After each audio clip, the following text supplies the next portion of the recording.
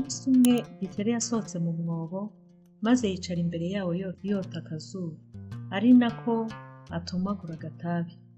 Nuko Ntashya nawe akomeza imihamirizo yo mu kirere, ariko bombi bakajya barebana. Kera kabaye Ntashya aramanuka agwa hasi asanga Gikeli, nuko bararamukanya baraganira. Bigeze aho Ntashya abwira Gikeli ati: "Ariko ubundi Gikeli mumaze iki? Mugize umwanda, mugize kutiterura aho muri, ari ibiba mu myobo, ari ibiba no mu mazi, mwese muri kimwe. Ahuze ukuntu mupfa umusubirizo, rero uko babica wagira ngo ni ukuborora. Ngaho intumbi mu mayira, ngaho intumbi mu mihanda, ahantu hose ibikeri byandagaye. Ese iyo mudapfa mutyo ubundi mwari kuzakwirwa hehe ku isi? Rero ngo iyo mugaramye mu mihanda ngo muba mushaka abacamanza da, bahebukanye. Urubanza muba mwarwiciriye kuko mwirangaraho. Harya icyo mugenderaho ngo ntawe ubajugunya, ngo mugwe mureba igicuri, naho twebwe Ntashya turi intore. Imihamirizo yacu inogeye amaso, kandi urupfu rwacu ni urw'ikirago." Gikeli asubiza Ntashya ati: "Ntashya, uyu si umwanda. Umubiri wacu koko wuzuye imvuvu, kuko kamere yacu niko ibishaka. Naho iby'urupfu rwacu si ukwirangaraho. Impanuka ntaho zitaba hose. Kutiterura kwacu rero ngira ngo ntawadusiga." Ntashya araseka cyane ati: "Ntawabasiga? Ubwo se urashaka kuvuga iki?" Gikeli asubiza Ntashya ati: "Maze tuzasiganwe, ari mu igenda ari no mu iguruka, nzakwereka igihandure." Nuko Ntashya araseka cyane, arangije arabyemera. Gikeli aramubwira ati: "Ariko ngusabye icyumweru cyo kwitegura. Nuko umunsi wagera tukavuduka, kandi ugomba kumenya ko twebwe ibikeri iyo dusiganwa tugendera mu bishanga." Nuko icyumweru kirashira, bari bahanye cyo kwitegura. Gikeli arangije abwira bene wabo uko yateze na Ntashya mu byerekeye gusiganwa. Nuko Gikeli abwira ibikeri byene wabo ati: "Rero nabwiye Ntashya ko twebwe ibikeri dusiganwa tugendera mu bishanga. None rero bikeri, murabe maso, kandi si ngombwa kuva aho muri. Dore uko bizagenda." Ibikeri bijya inama, mwese muzatumanaho, maze Ntashya nahagarara ngo Gikeli, aho igikeri kiri kijye cyitaba ngo ndi hano. Nuko ibikeri byose byo mu gishanga bitumanaho, inama birayinoza iruzura. Wa munsi ntarengwa wo gusiganwa uragera.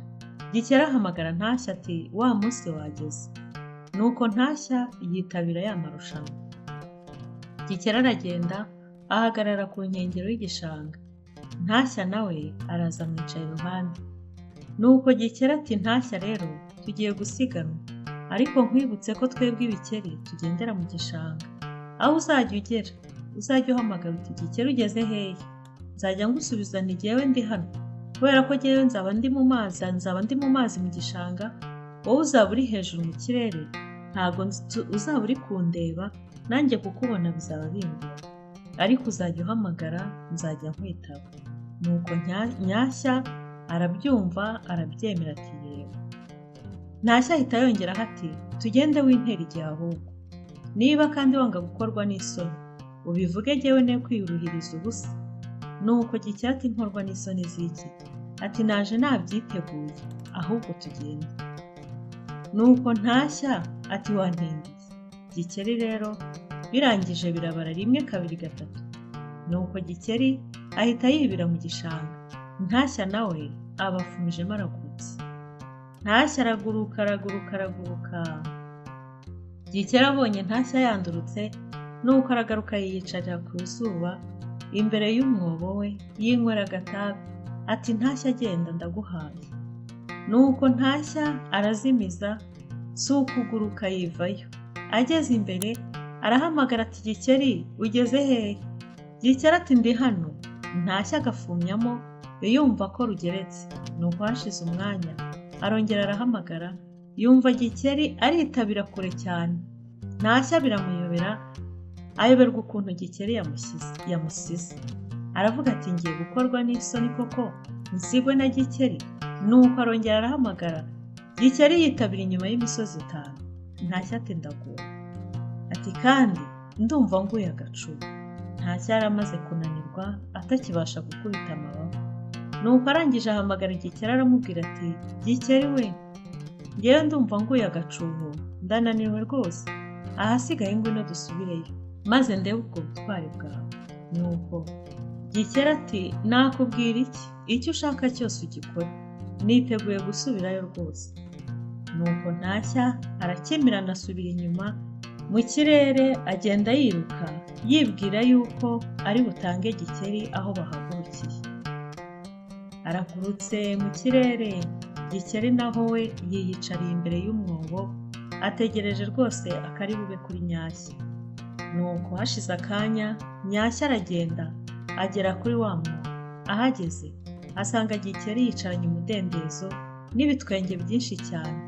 Nuko Gikeli arangije araseka cyane ati ubu se aho Ntashya ntiwiboneye noneho, ubwirasi bwawe buzakugeza kuki? Nuko Ntashya aramwara akorwa n'isoni. Sinjye wahera, nkahera umugani wa Ntashya n'Igikeli.